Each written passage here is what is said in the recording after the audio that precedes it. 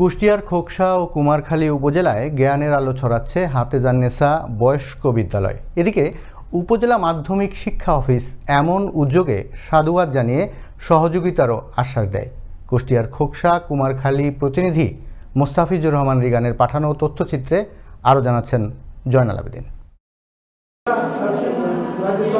কুষ্টিয়ার কুমারখালী উপজেলার নন্দলালপুর ইউনিয়নের চড়াইকুল এলাকায় রেল ক্রসিং সংলগ্ন গ্রাম্য মনোরম ছিমছাম পরিবেশে আধুনিক দৃষ্টিনন্দন ভবনে অবস্থিত হাতেজান্নেসা বয়স্ক বিদ্যালয়। এখানে শিক্ষার্থীদের সবার বয়স ৪৫ থেকে ৭০ বছরের মধ্যে। প্রতিটি কেন্দ্রে দেখা গেছে শিক্ষার্থীরা বাংলা ইংরেজির পাশাপাশি শুদ্ধভাবে পবিত্র কোরআন তেলাওয়াত করার আলাদা যোগ্যতা অর্জন করছেন।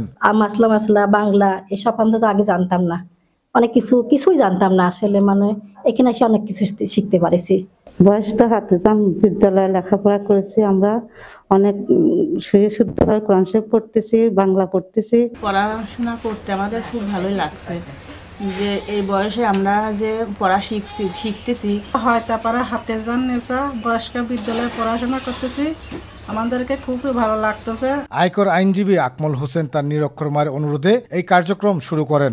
এখানে পড়ানোর মেন উদ্দেশ্য যে এই যে মুরব্বীদের যে ভালোবাসা, তাদের যে কোনো একটা অক্ষর যদি শেখাতে পারি, সেইটাই হচ্ছে আল্লাহ দরবারে লাখো কোটি শুকরিয়া। ধর্মীয় জ্ঞানের পাশাপাশি জাগতিক শিক্ষা গ্রহণ করছে। এক কথায় শিক্ষা উপকরণ যত যা লাগে স্যার বহন করেন।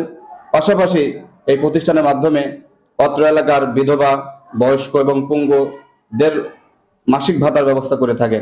বয়সী মানুষদের শিক্ষার পাশাপাশি ধর্মীয় জ্ঞান, ধর্মীয় উচ্চারণ এবং শিক্ষার আলো ছড়ায় পড়ুক, এটাই ওনার উদ্দেশ্য।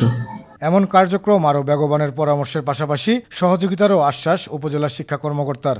আমি এই প্রতিষ্ঠানের সাফল্য কামনা করি। আমি এটাও আশা করি এই প্রতিষ্ঠান যদি আরো কেন্দ্র বাড়ায়, তাহলে কুমারখালীতে আরো বেশি নিরক্ষর লোক শিক্ষা সুযোগটা পাবে এবং আমি এটাই আশা করব। আমি এই প্রতিষ্ঠানের সাফল্য কামনা করি। প্রতিষ্ঠানের প্রধান ক্যাম্পাস ও কার্যালয় সহ মোট রয়েছে 6টি শিক্ষা কেন্দ্র। এছাড়াও পার্শ্ববর্তী খোকসা উপজেলায় একটি কেন্দ্র রয়েছে। শিক্ষকরা স্বাচ্ছন্দ্যে দিচ্ছেন পাঠদান। দাদা দাদি, নানানির বয়সী শিক্ষার্থীরা সুন্দরভাবে উচ্চারণ করছে বাংলা ও আরবি শব্দ। জয়নাল আবেদিন, আনন্দ টিভি, ন্যাশনাল ডেস্ক।